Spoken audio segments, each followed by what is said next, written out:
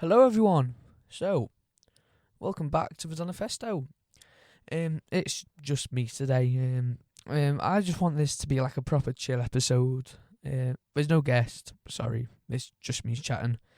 And I wanted to do this because the last 2 months for me have just been like one of those periods where a lot's happened. And I don't just want to fly past it like it's normal, because it was not normal. For me, it's been very, very big. So today I'm just gonna talk through it and what's been going on. So what I've learned and what surprised me is that stressed me out. What I'm proud of. So, and this is gonna be one of the episodes where it feels like you just sat with me. Like you're just listening while I talk. So yeah, we're talking about the HelpBnk network. There is a window cleaner at my front door, was cleaning my windows, so my camera's going off like mad. So if I pause, just don't mind me. So I'm going to talk about the HelpBnk networking event. I think that's where I was up to. So that was in Liverpool, at Box Park. I pitched on stage. You might have seen that on my Instagram, if you follow that. If you don't, follow it. I won the best pitch, and I won £500 from HelpBnk. So that was really cool. The Doorbell of Dreams were there, so I got to pitch my idea on the Doorbell of Dreams. So I don't know who's going to see that. I met a bunch of cool people, like a bunch of cool people. And I'm going to talk about what I've been doing with Changing Chances with Kit Messenger. I'm going to be interviewing people from my school for an online thing to help parents. So that's going to be interesting and very cool. I'm really looking forward to that. Editing it all together and that. And I'm going to mention something else as well. I've been invited onto a podcast. It's a big podcast. So, yeah, and it's still a little secret, so I'm not saying what it is. You'll have to wait for that. Alright, let's go, I guess. Don't know where to start, but, let's start with, if I had to describe the last 2 months in one sentence, it would be, I've been busy, I've been nervous, been excited, and proud all at the same time. Because it's like things have never started to move. Not in like a fake way, in like a proper real way. Like things used to be ideas in my head, and it started turning into like actual moments. And I think the weirdest part is I still feel like the same person. It's still just me, my same brain, my same random thoughts, same overthinking, and the same energy. But the difference is I've started putting myself in situations where things can happen. And that's what changes everything, because opportunities don't usually come while you start doing nothing. They come up when you show up. And I have been showing up more. So yeah, that's the vibe. And I want to start with the HelpBnk event, because that was the biggest turning point. So at HelpBnk, it was a HelpBnk networking event. That was in the Liverpool Box Park. So before I got there, so the HelpBnk networking team, or the event, was in Liverpool, the Box Park. And even before I got there, I remember thinking, right, this is one of the nights where I can either just go in blind, and I can just just sit in a corner and look at everything, or I can go in and I can actually do something and be a part of it. And I don't know if anyone else is like this, but my brain does things where it's like, you should do it, but it also tries to talk you out of it. Like it's starting to... Wait, sorry, that's just someone at my front door, window cleaner. Like it starts going, what if you look stupid? What happens if you mess up? What happens if you go blank? And what happens if you just don't know what to say?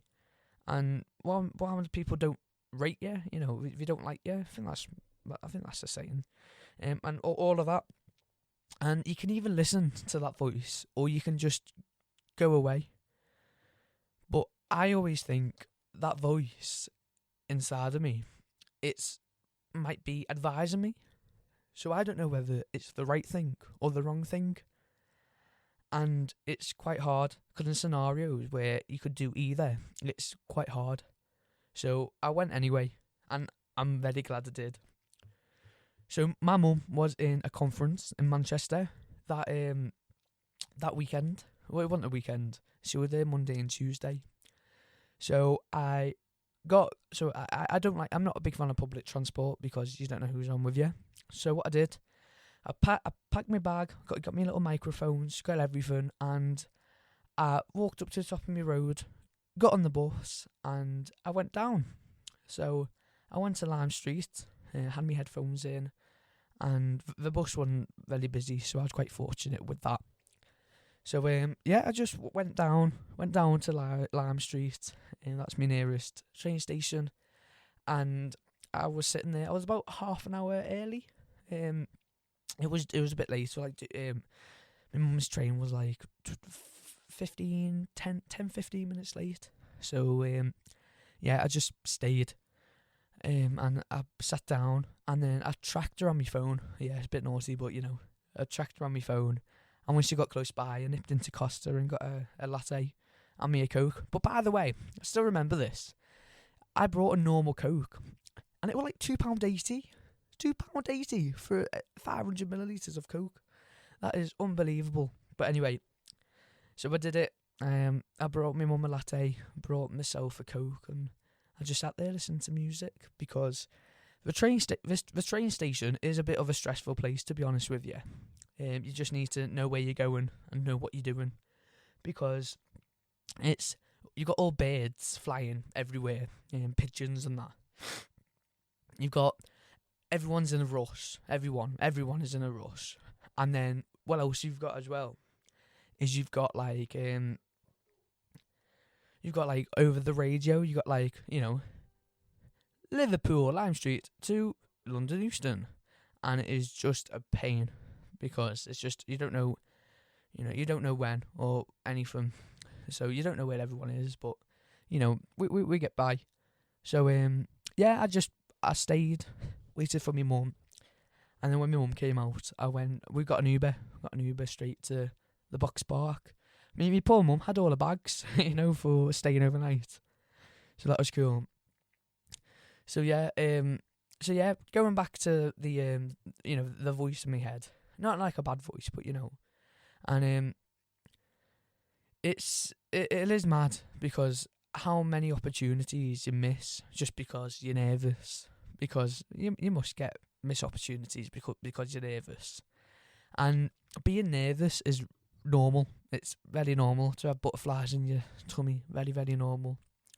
But you need to remember, it shouldn't control you. So I went, and when I walked in, I was thinking, alright, act normal. Act like you've been here before, even though I haven't. And straight away, it wasn't that busy, to be honest with you. We came extra early. We didn't come early. We came bang on time. But it was between like a time gap. So we came bang on time. And there was some people chatting, and some people were introducing themselves, and the word networking makes it sound so serious. But really, it was just people talking. And that's literally it. It was just people talking. But when you call it networking, you feel like you need to be a special personality. You don't. You just need to be you. So we started chatting to people, and I'm doing that thing where I'm trying to be calm, but inside I'm like, right, what's going on? And then I found out that there's a pitch part. I already knew before there was a pitch part. So this guy's ringing my doorbell. What's he doing? There we go. So what was I saying? So and then when I found out I already knew there was a pitch part, but like when I found out there was a bucket, I put my name in the bucket and I was ready to go. And instantly my brain goes, oh my god, but also do it, because so I put my name in the bucket. Didn't really hesitate really, because it was cool. But also on the Instagram, it didn't mention a cash prize. It just said a prize. So I thought, wow, it could be like, Simon Squibb's book, or it could be anything. So that's where my mind was going a little wild there, because I didn't know what it was going to be. It could have been anything. So let me fix my mic. There we go.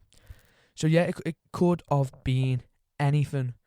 So yeah, my brain instantly goes like, oh my god, but also I did it, because the whole point of going is not just stand there in the corner looking around. The whole point is to take part. So I decided I'm pitching. So the pitching was last, so there was a whole big gap of what to do, and I met loads of new people, and I saw loads of people. Kieran Swan Landscapes, he's the guy who reached out and wanted to come on my podcast, and we've got loads more coming on my podcast as well. You'll have to wait for that, because it is looking very, very, very exciting. So yeah, you've got that. And also what happened as well is they had where you sat on the table, and it's like speed dating, but like speed networking. So that was really fun. We did that for about half an hour. I think it wasn't too long. I can't remember. But yeah, that was really fun. So, and then finally it was time for my pitch. Well, it wasn't my pitch. I didn't know yet. So what happened is one person got out the box, and they came up. They did their pitch. I clapped. Very good. Second person, very cool. I was nervous. My adrenaline was like, oh. And then she pulled it out and said, Daniel Evans. And I was like, oh. So I walked up, and yeah, I just walked up, and I'm going on stage, and I can see everyone, and it's mad because you can feel the room, you can feel people looking at you, and I'm thinking, breathe, slow down, and then I just started talking. And once you start, you calm down a little bit, because you're actually doing it. My hands and my legs were shaking. They were literally shaking a bit. I couldn't believe I was up there in front of 200, I think about 300 people there, and I was talking. And I spoke about the Danifesto and where it's going, and where the money would go, and why it matters to me. And I finish, and I come off, and I'm not going to lie, I felt proud just doing it. I felt proud just going to the event, because getting on stage is not normal for most people, and most people try to avoid that. So even if nothing happened after that, I would have still been proud. And then, after a few, we pulled out Daniel Evans. I'm like, me? Again? I didn't put my name in twice. But then I found out a friend who I met there, he didn't want to go up, so he put my name in instead. So what are the chances? I think there was about 50 names in the bucket. So what are the chances my name gets picked out twice? So I was a bit worried people were going to look at me and think like, oh my god, why did you put your name in twice? But then after that, they got it down to the best three pitches, and it was up to the crowd. So what happened was, as we said, applaud if you want this person to win, and it was like, and applaud if you want the next person to win. And then, when it came to me, applaud if you want me to win. Oh my word. It was absolutely bonkers. Some people even got out the seat going, come on. And the clap was, it was like, like, you could hear it, like, louder. It was like 50% louder. And that just meant that I won. But I had that moment where it just takes a second to land. Like, you hear it, but your brain doesn't process it instantly. And then you're like, wait, I just won, and I'm buzzing. But, like, I was also really shocked as well, because, like, I actually did that. I pitched, and I won, and people loved it. So, yeah, that was really massive for me as well. So now I want to talk about why it hit different, because people hear £500 and they think it's about the money. And obviously, the money is amazing, but I'm not acting like it's not. But for me, it was more about what presented it.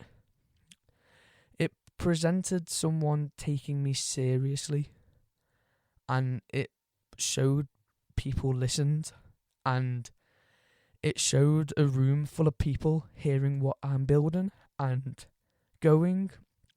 And yeah, that's good. Because when you're building something, most of the time, you're just doing it in your own world. You're working, you're planning, you're thinking, you're recording, you're editing, or whatever you're doing. And you don't always get that moment where the outside world goes, yeah, we see it. So that moment wasn't just about the money for me. It was about some people actually listened to me, and people wanted me to win. And that proof gives me confidence. And it gives other people confidence as well. Because if I can win it, you can win it also. And because you can tell yourself you believe in it, but when someone else backs it as well, it hits different. It makes you go, okay, this can actually go somewhere. And I'm not going to lie, the second thing I felt after the buzzing was pressure. Good pressure. Pressure like, right now, I don't waste it. Now, keep going. Now I need to step up, because I don't want a moment like that and then I just disappear, because that's not me. So yeah, that gave me the boost, and the little boost is everything.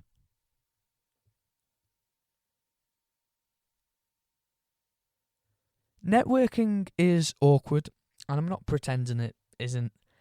I don't want to say this because it'll make you laugh. Networking is awkward. It really is. Because you're basically walking up to strangers like, alright mate, what do you do? And sometimes your brain goes blank and you forget how to even be human sometimes. It's like, you forget how to start a conversation, so you end up saying something stupid like, so yeah, nice weather that, in the middle of a box park, when you're indoors. So yeah, that's real. But honestly, once you get past the first 10 minutes, it does get easier. Because people are just normal.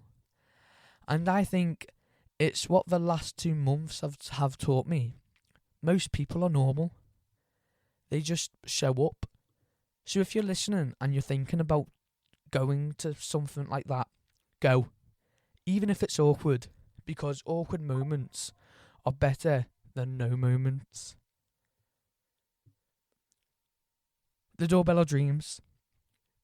Why it's stuck in my head now.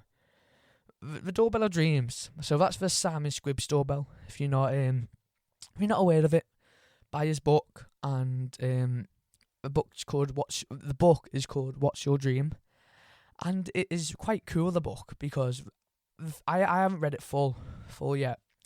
I'm still getting there, but the first few chapters is about him buying a random building just outside of London, I think it was.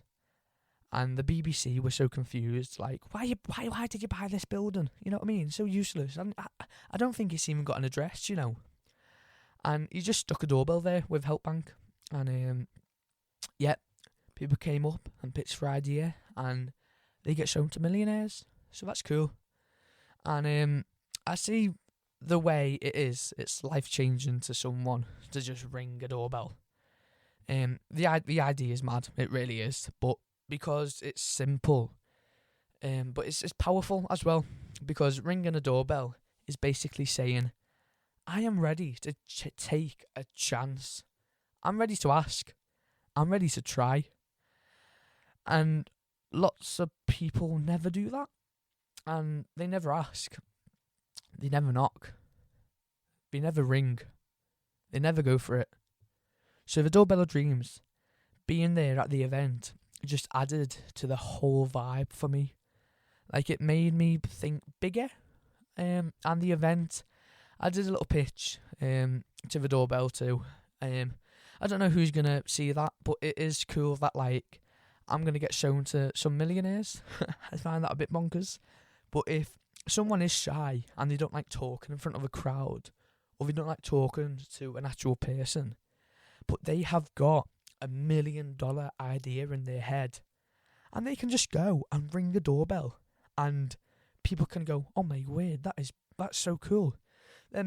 Millionaires can invest, and this shy person can turn into this millionaire who, because they've expressed their idea to a doorbell.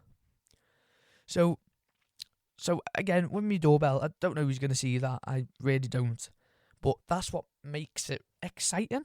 Would you say nerve-wracking? Exciting? Same thing, but anyway, it's not. But because you put yourself out there, you never know what's going to come back to you. So yeah, that's part of what made the night so big as well. I'm still waiting on my emails to see what's going to come back. So hopefully that'll be soon. So yeah, it wasn't just me winning at the HelpBnk. It was the whole vibe of the people going for stuff. People backing themselves. People opening doors. Literally ringing doorbells. So what changed in me after that night? After that night, something changed in me. And it wasn't like I became a different person overnight. It was more like my confidence level went up a little notch. And because I proved myself, I can do things that scare me. And that's a big thing. Because once you prove that to yourself, you do stop overthinking as much.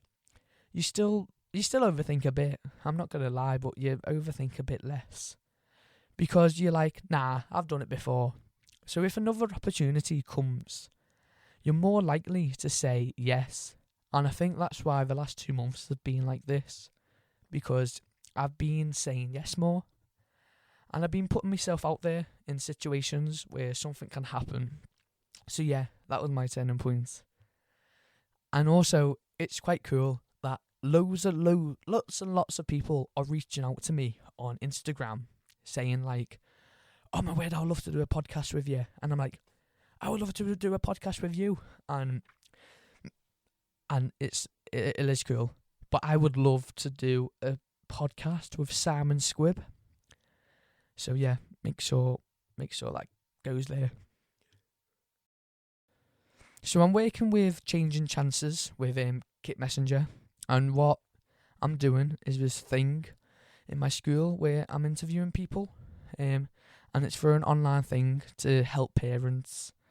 It's more like an online thing, and the whole point is hearing kids about their old school and the school they're in now. Because adults, they talk about kids all the time, but kids don't always get asked. So if I'm going around interviewing people in my school and getting them to speak about their old school and the school they're in now, it would be good. Because it's not just for content or views. It'll be on their website. I'll link their website below because you should check it out. It's really, really good. It's something that could actually help parents understand the kids more and other kids, and that matters. So they can understand other kids' brains as well. So yeah, I'm doing that, and it's made me. It's gonna make me better at interviewing. I'm going around this Sunday with Kieran, from Swan Landscapes, and I'm going to town to interview people. So hopefully that'll make me better at interviewing people. Because you have to, when you're interviewing, you have to listen properly, and you have to let them talk, and you have to not interrupt. You have to make them feel comfortable, because they're just like that. You have to be patient with them, because sometimes you ask a question, they pause and they say, the real answer, and sometimes you just have to not rush them. So yeah, that's what I'm doing with Changing Chances, and it's going to be something that I'm going to be proud of because I really want to work with them in the future more. So yeah, this is the bit that people don't see, the stress and the doubt. Now, because I'm going to talk about the bits that people don't see, because it's easy to talk about wins, but the last 2 months, it hasn't been exactly perfect that I'm putting in this podcast. There's been a lot of stress. There's been a lot of moments where I'm very tired. There's been moments where I've been like, I can't be bothered today. And there's been moments where I overthink and I start doubting myself. And that's normal, because I have been ill for the past week because I've had an infected throat. So I've got that all sorted. Antibiotics. Thank you, antibiotics. And so yeah, I've got that all under control. But that's been the week where I've been like, ugh. Also school's been a bit more stressful as well. GCSE's bumping it up. So hopefully I can just get through that. But what I've learnt is you can't let that control you. All the stress and that, you can't let it control you. Because if you only work when you feel motivated, you will not get far. You have to work when you're not motivated as well. Even if it's small, like it's one message, one plan, one little steps, it keeps it alive. So yeah, that's the real bit. It's not just about the wins, it's also about discipline. And you need to show up, because if you don't feel like you want to go to school because you're either really tired, or maybe if you're ill, you can maybe stay off, but like, you need to just show up and work relentlessly. Work when you don't want to work, because because you have to, and it will just help you as a person as well. What I've learned in the last 2 months. Alright, here's what I've learned. So, 1, you need to show up, because showing up changes your life. It really does. You can't win the best pitch if you don't even go to the event. So, you can't pitch if you don't put your hand up and put your name in the bucket. And 2, you need to speak, because if you keep your ideas in your head, they don't exist in the world. And the world can't respond to something that doesn't exist. They can't read your mind, so speak. 3, nerves are normal. If you feel nervous, it means you care. It doesn't mean you need to stop. It doesn't mean stop. 4 is you need boosts. So 1 win leads to another win, because your mindset changes. And 5, doing meaningful work keeps you grounded. Like changing chances. It's not about attention. It's not about helping. And I like that. Long, chill reflection. Now, I'm going to chat a bit, properly chat, because this is what a solo episode is. Just me chatting a bunch of bubbles. Well, it's not bubbles, but you know, me waffling on. So yeah, if I'm being honest, the last 2 months have made me realise something. A lot of the time, people think opportunities are random. They think it's luck, and obviously there is some luck in life, but I've realised you can create your own luck by putting yourself in the right rooms. Because if I stayed home and I don't get that moment, if I don't go to the box park, I don't pitch. If I don't pitch, I don't win the best pitch. And if I win, I won't get that boost. So it's like a chain. And that's what's mad. The chain starts with one decision, just going. And I think people underestimate that. They think the big moment is the big moment. But the big moment is built from small decisions. And I've been making better small decisions. Not perfect, but better ones. So yeah, that's what I'm proud of. And also, I'm proud of the fact that I'm doing stuff that actually matters. Like the changing chances, interviewing people in my school. That's not just content. That's something that could help parents. And I like being part of something like that, because it makes me feel useful and helpful. And it also makes me feel like, okay, my voice can actually do something. So yeah, that's where my head's at. Alright. Right. Right, a little funny moment. So after the event, I was I got a pizza because the Liverpool match was on, and then so the Liverpool match just started, and I was sitting there eating pizza with my mum watching the Liverpool match, and loads of people were leaving the event, and they were letting the public back into the box park, and there was about 2 or 3 girls sitting on the table, about my age, a bit older I think, and they were sitting on the table opposite, and loads of people were coming up to me asking me for like selfies and saying like, "Oh, well done," doing me handshake, and just be like I was someone important, and that it made me feel like really heartwarmed, if that makes sense. Because it felt like I was someone, and loads of people were coming up to me, asking me like, "Oh, proper talking to me," and that. And on my desk, they saw the like a microphone, the little DJI mics, and they must have thought I was famous or something. Like they must have thought I was like proper famous, because they were like, when they were bumping each other, going like, "Oh my word, look, everyone, you want is getting a photo with someone," and they I could overhear them a little bit going, "Oh my word, do you reckon he's famous?" And it was so funny, because I thought like, "Oh my word, they must think I'm like really, really famous when I'm really, really not." So that was really, really funny. So yeah, that was funny after the event, and I just want to say big up HelpBnk, because they are absolutely amazing. Right. Going on to I'm grateful. I'm grateful for HelpBnk. I'm grateful for that event, and I'm grateful that I had the guts to pitch. I'm grateful that I won the best pitch, and I'm grateful for the £500 because it's helped and it's a big deal. Because you might be thinking this microphone sounds a little bit good, and that's why, because I spent some of the money on that. I'm also grateful for the Doorbell of Dreams.